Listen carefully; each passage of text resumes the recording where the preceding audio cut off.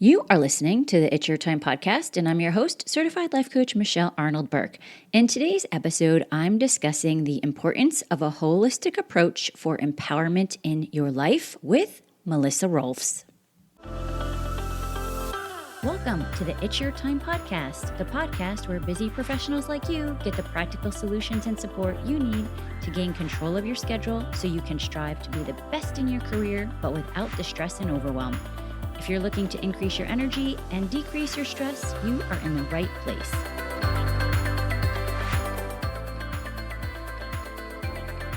Hello.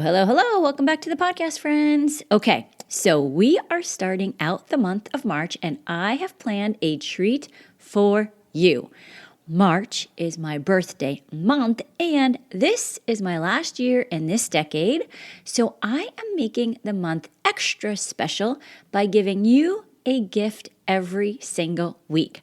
I have an amazing lineup of powerful women who have great information to share with you, and the theme that runs through it all is empowerment, living your life in a way that works for you. That, my friend, is the greatest gift that you can give yourself. And today, I'm kicking it off with Melissa Rohlfs. Melissa is a certified holistic health and life coach, helping busy women find freedom and feel at peace with food, their bodies, and their lives. Who doesn't want that, right?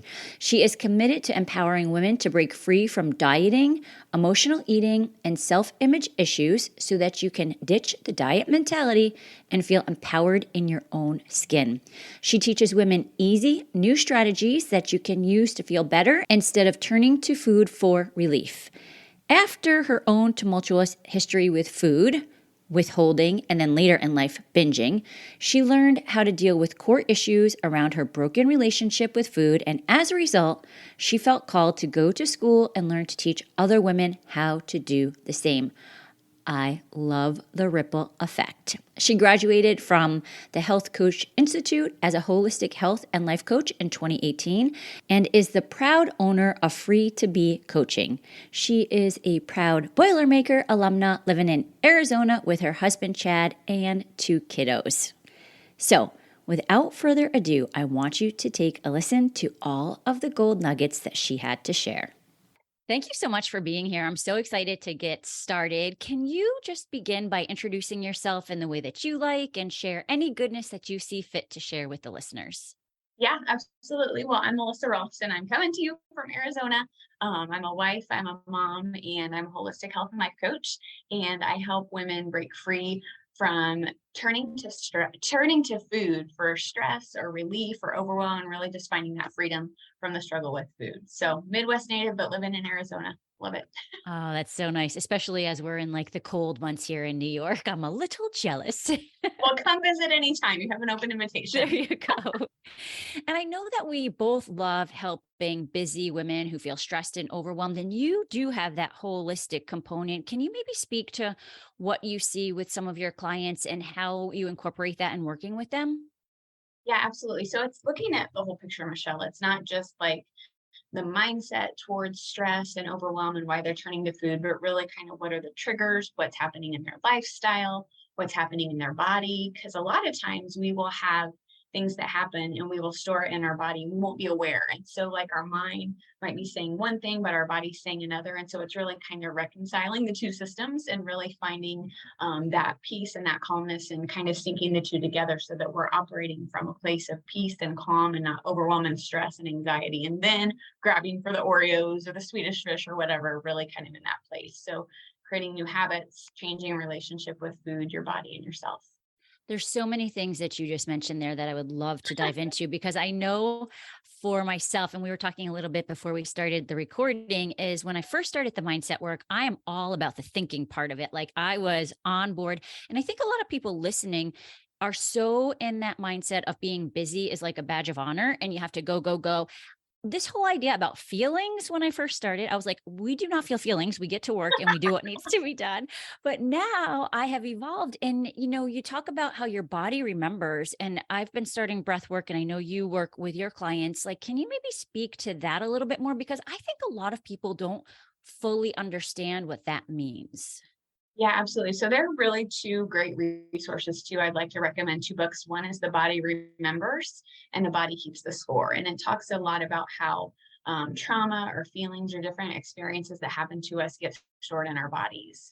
And so that's where that breath work comes in, because that links the sympathetic nervous system and the parasympathetic nervous system, which is body and brain, and really kind of tells your body it's okay to calm down, it's okay to be here. And that's really why you need to look at the whole picture, and that breath work and those tools along the way are so important, because you can't just focus on the mindset. Because like you, that was my whole starting point. Like, it's all about beliefs and thinking and thoughts and what happens in the mind. But as I've learned and grown, like, there are so many other components to that that are just as equally as important and really help people on that transformational journey. 100%. I was just speaking to my sister yesterday because she was like, "I love to get your thoughts on this," because for so long I'm always like, anxiety is caused by your thinking. And she's like, "I read something about trauma and how anxiety might be stored. What are your thoughts?" And I was like, I actually am fully on board. I do think there's something to that. I know for myself, I never thought that I had trauma. And then I learned more and I'm like, oh, wait, maybe there's something there to look at. And I think everybody has trauma, because really, I just did a workshop on this. The definition of trauma is when you have an experience and your body doesn't have the resources or the support that it needs to get through that time. And so that's any of us at all times. I mean, maybe I think when we hear trauma, we think terrible, worst case scenario, like just something that isn't even comprehensible for most of us. But really, it's a situation you encountered where your body didn't feel like it had enough support. That could be anything. Yeah. And I think I'd love to know your thoughts. Do you think this often happens in childhood? I think it can start in childhood for sure. I know for me personally, that's where my trauma started. But I think it happens at various points. I think what happens is, if it does happen in childhood and it's not resolved and more happens, it just builds and it escalates, and then it ends up coming out sideways. And I think it shows up in how people treat each other. We get triggered by somebody who doesn't agree with us. I think we're seeing a lot of that in the past 3 years on social media. Like, it's kind of been a gong show. Yes, that is such a great point. And you also had mentioned like turning to food. And I think a lot of times when I first started coaching, I actually started with stop over drinking, because I think when I first got into it, I was kind of at a place where I was like, there has got to be more to life than this. Like, it was like work, work, work. I need a glass of wine to relax, work, work, work. So can you maybe speak to what you see with your clients and maybe some tools for people to kind of get started? Yeah, absolutely. So that was me, but replace the drinking with the food or the sugar. That was my go-to. And I think part of it was legal. It was socially acceptable. There wouldn't be judgment if I was just, eating the carton of ice cream on the couch. I felt way better like sharing that with my friends. Oh my gosh, I just downed a carton of ice cream. And I think too, maybe some of that is because I am a mom. And if you show up to Carline, like, with candy, that goes over a little bit better than having, koozie of wine or something. So I think that was part of my piece, was like wanting that acceptance and that approval and not judgment, because I was already judging myself for how I was showing up and that I was going to food for comfort. But I think for me, it was looking for that release, that dopamine release, that feel good, because that's what it gives you initially, right? And you feel really good, and then you come crashing down, and it's the cycle that you kind of feel stuck in because you don't know another way to make yourself feel better. And part of that for me was what you alluded to earlier, Michelle, was my feelings. I didn't know how to process them. I didn't know how to work through them. So I stuffed and I stuffed, but then they would come out sideways, and that didn't serve anybody. So I think you've really kind of got to get to the root cause of, why are we doing that? Why are we turning to the alcohol? Why are we turning to the sugar? Why are we turning to these things and solving that, instead of saying, oh, I need a sugar detox, or I need to, go 30 days without alcohol, whatever that looks like, but really kind of doing the root cause work to figure out why that behavior is there. Yeah. And I think that initially we're afraid. First off, I don't even know if sometimes we realize that there's that root cause, but then I think we're afraid that we're going to have to face those feelings. But the truth is, it's super uncomfortable with what you had mentioned, the judgment. So sure, we feel great in the moment, but then it's the judgment, and that's the cycle and the stuckness, right? Yes. And I think we get used to living there and it becomes comfortable. And then we try to change and we're like, oh my gosh, this feels weird and awkward. I don't know what to do. I don't know how to do it. I think I'm going to fail. And so then we just go back. But that's not freedom. Yes. And to your point about the food, it's an interesting kind of double edged sword, I think. I'd love to know your thoughts because I feel like, yes, it's more acceptable that, you're eating the ice cream. But I think once you try to make that shift of not maybe eating, that there's a lot that society has to say about it because we are so conditioned to say things like, love is food, or aren't you going to sit and eat with me? Or, whatever that flavor is for you. I made this for you. Can you speak to that a little bit?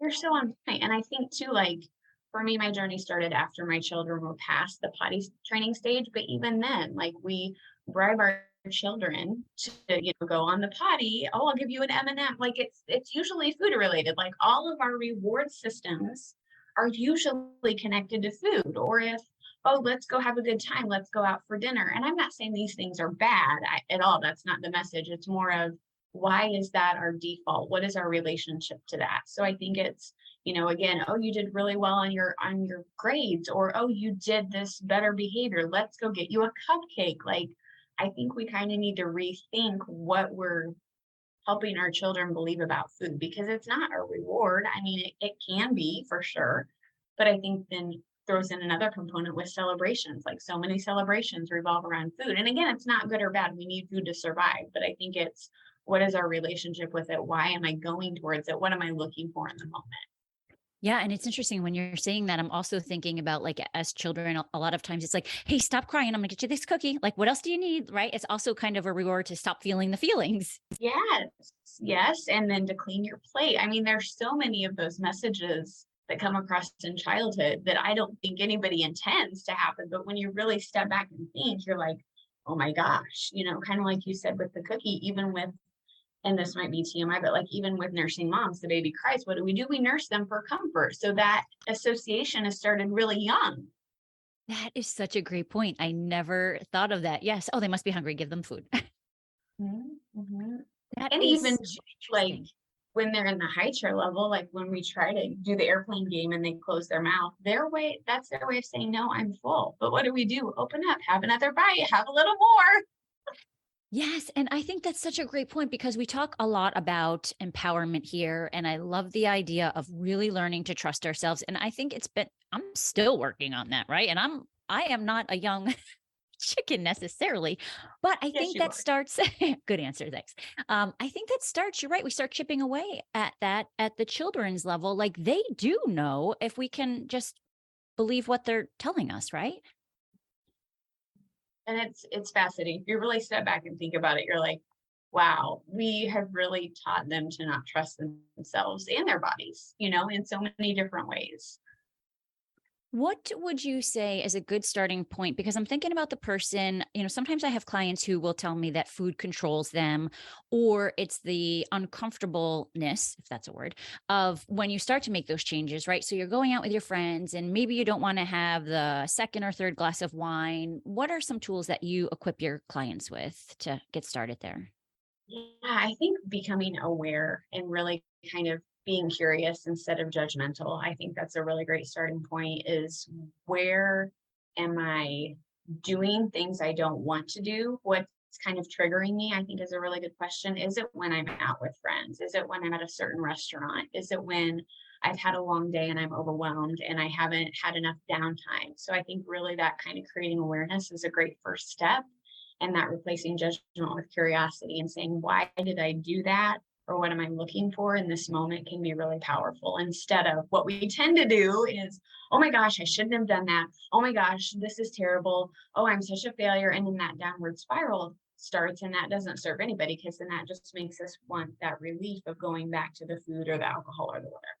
Yeah, and you learn nothing from it when we're in that state of judgment. And I think when you ask the question, where am I doing things that I don't want to do? I remember one of my coaches, I thought this was the most challenging question at the time. And now I look back and she was like, well, what do you want to do? And I thought, wow, I think there are so many women that don't even think about that. And I think it's easier to think about what we don't want rather than what we do. But if you take that phrase where where the mind goes, the man follows. It makes sense. If you're focused on what you don't want, that's kind of where you're drawn. But if you start to shift that and think about what do I want, then you can make shifts in that direction. That is so great. And you also have a book. I just saw that it was you posted online. Can you maybe tell us a little bit about that?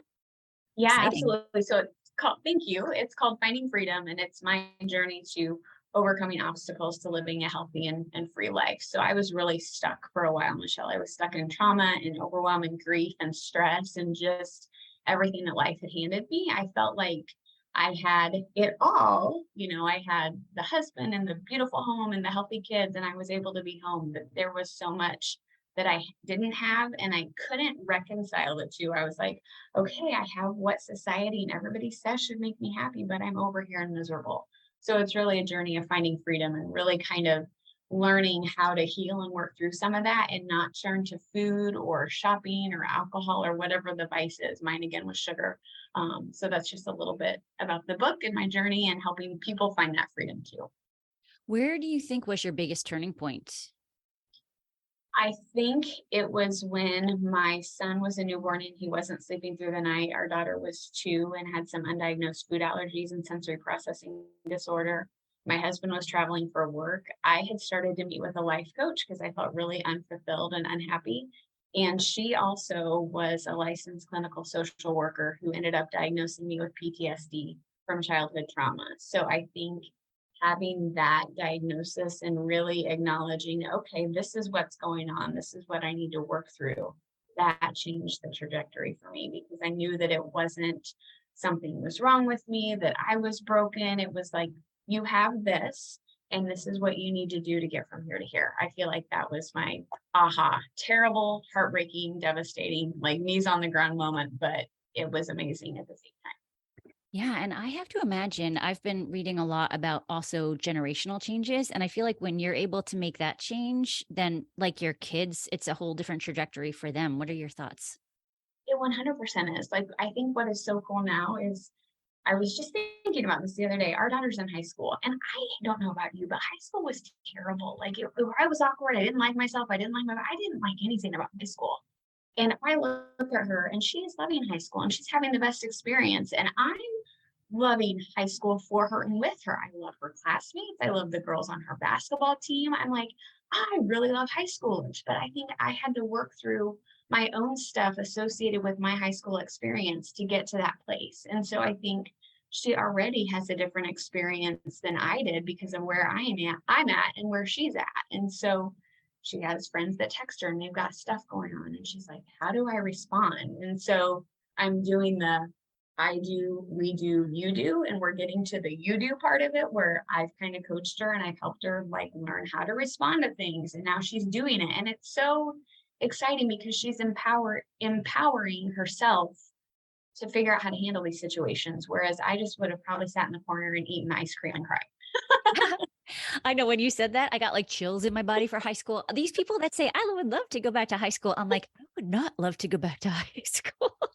If I could go back now, yes, but if like back, no. Right, exactly. And I love what you said because I think this is also why I do this stuff. My nieces, I always think about the ripple effect, just even within my family. So, like, you think about your daughter, and then you think about what she gives out to the world, and you think about even going back to the life coach that changed your life, right? Like, I feel like coaching can do so much for people. 100%. And I think that I don't know about you, but one thing that really gets my goat with this is that so many people say that they're coaches, but they don't have the credentialing behind it. There is such a difference between a certified coach and a non-certified coach. And so I think the certification is super important. Who people, where they went to school, where they got their training, what they know. You can have experienced something and gone through it, and you can help people, but it's different if you have the certification, in my opinion. So I love coaching. I love what it does. I love the ripple effect that it creates. And that, like you said, I think for me, it's taken my pain and given it a purpose. And there's really nothing more rewarding than that. That is such a great point. My most favorite Peloton instructor, well, pretty close to it, Robin, she always says that turn pain into purpose. And I think that's such a great way to look at things just in order to like keep moving, right?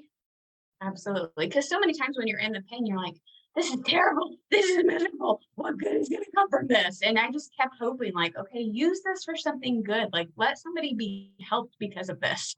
Yes. And I'm sure there's more than somebody. There's a lots of somebodies that are being helped. So Great work there. I also noticed you have so many resources for people, and I just got started learning more about the breath work. I would love if you can maybe speak specifically to that because I think I haven't talked a lot about it on the podcast I've mentioned, but as far as like really educating people, you would be most appropriate. Thank you. Well, I love breath work because again, Michelle, that's a really great technique to kind of link the parasympathetic system with the nervous system, with this parasympathetic nervous system with the autonomic nervous system. So it links the body and the brain together. So there are three parts of our brain. We have the thinking brain, the survival brain, and then I forget the other one. But the gist of it is we have three parts of our brain to keep us safe. And so when we are in a stressful situation, the thinking brain shuts down because the other parts of the system kind of kick in to help us. And so what the breath work does is it syncs the body and the brain together and tells everything to calm down. It's beautiful because it's like 10 seconds, it's free. You can do it anywhere. Like if you're in the car line at school, if you're in the express lane at the grocery store and the person in front of you has 40 items and they're only supposed to have 10, all those situations where we kind of get triggered and irritated. The breath work really kind of links the brain and the body and helps everything calm down. And people, I think, are really surprised by the impact of it. They're like, oh my gosh, that actually works. Like, I thought you were crazy when you told me to do the 5-5-7 breath, but it works. It is. I just was telling my sister yesterday too. I'm like, I'm not going to tell too many family members because I've started doing this breath work thing. But it is so, and it's interesting. One of the guys I work with, he was listening, I think, to the Huberman Lab, who was talking about the importance of breath work and also using it as energizing, like a way to be energized. And I've been finding it really helpful for kind of going back to the past. It's like some of the breath work I'm doing is like 30 minutes. And so I think when you must get into that state of more meditative state, that it kind of brings up these memories that you can then work on processing and releasing. Is that correct? I believe so. I don't do a whole lot with that in my practice. But I think too, like to the point of energy, stress depletes our energy. So anything you can do to replenish that energy, like breath work, is going to have a huge impact on you. And I think too, the nice thing about the breath work is it does release some of that stress that maybe we didn't know we were carrying or holding in our body. Like subconsciously, we had no idea that was even there. Yeah, absolutely. I remember I had an issue, maybe sounds like a side note, but I think we're still in line here. I had an issue with my tooth and the dentist, suggested that I pay attention to how often I'm clenching my teeth. And I'm sure that's also sometimes we hold our breath if we're exercising and we don't even realize it. And I literally left the parking lot and I noticed I'm just backing up and I have my teeth clenched. I go around in a state of like, and so paying attention, you talk about awareness has got to be so important. It's so important. And I think, again, it's things that we've done maybe when we were younger to kind of get through a tough situation, or it's just a way that we learn to cope or to survive. And really, if you can become aware of when you're doing those things and why you're doing them, that can really kind of be liberating because you're like, oh, I had no idea that I even did that. Like for me, I know when I get irritated, my tone gets really kind of cursed and people are like, you sound mad. And I'm like, don't assume that I'm mad. You don't know that I'm mad. Well, your tone. I'm like, okay, then just say tone and I'll get it in check here. I'm like, come on. I am fine.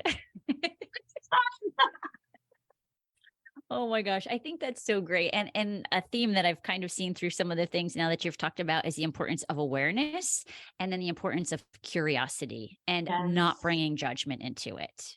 Yes, 100%. Those two, I think, were the most powerful for me, Michelle, because I remember the first time meeting with my coach and she was like, how do you feel? I'm like, I'm fine.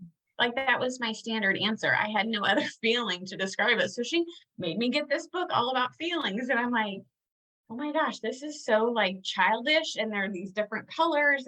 But I didn't know. I was not aware of how I felt because I just got used to being fine. Yes, I think there are a lot of women that are just exactly in air quotes fine. And that's so funny you talk about the colors because that's the same thing when my coach started like, is it blue or is it red? I'm like, what is she talking about? It's fine. Yes, I'm fine. I'm fine. I just actually found myself giving my goddaughter a book. She just turned 2 and it was about feelings and it's about colors and it's about all of that. Cause I'm like, let's start early, right? Mm-hmm. Like, let's change the trajectory for as many people as we can. Yes, 100%. Have we missed anything? I feel like we've touched on a variety of topics.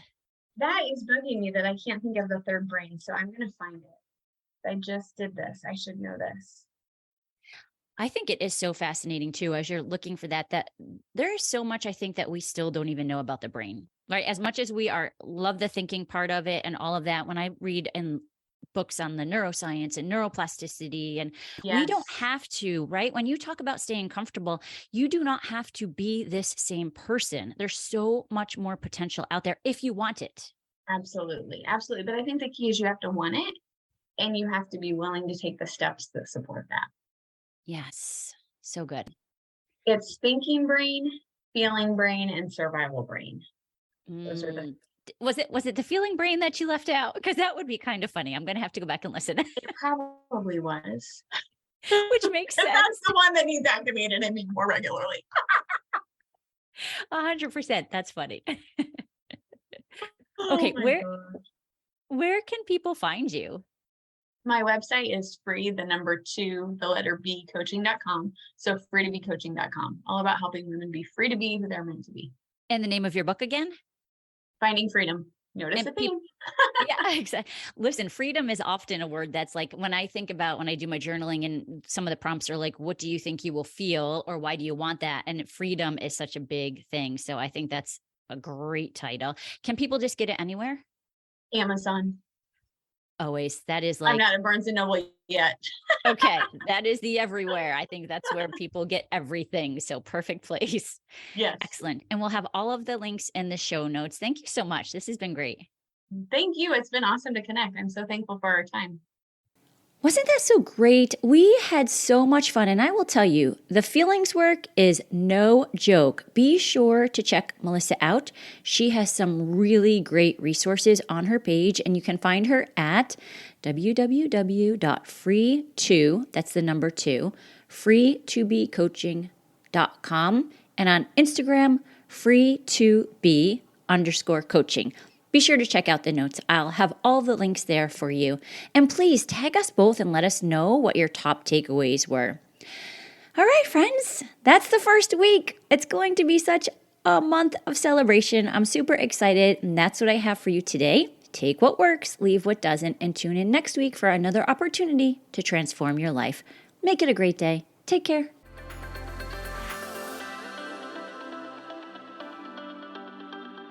Did you know you can take this work to a deeper level with me one-on-one? Go to michelleburkecoaching.com and click on Get Started to begin.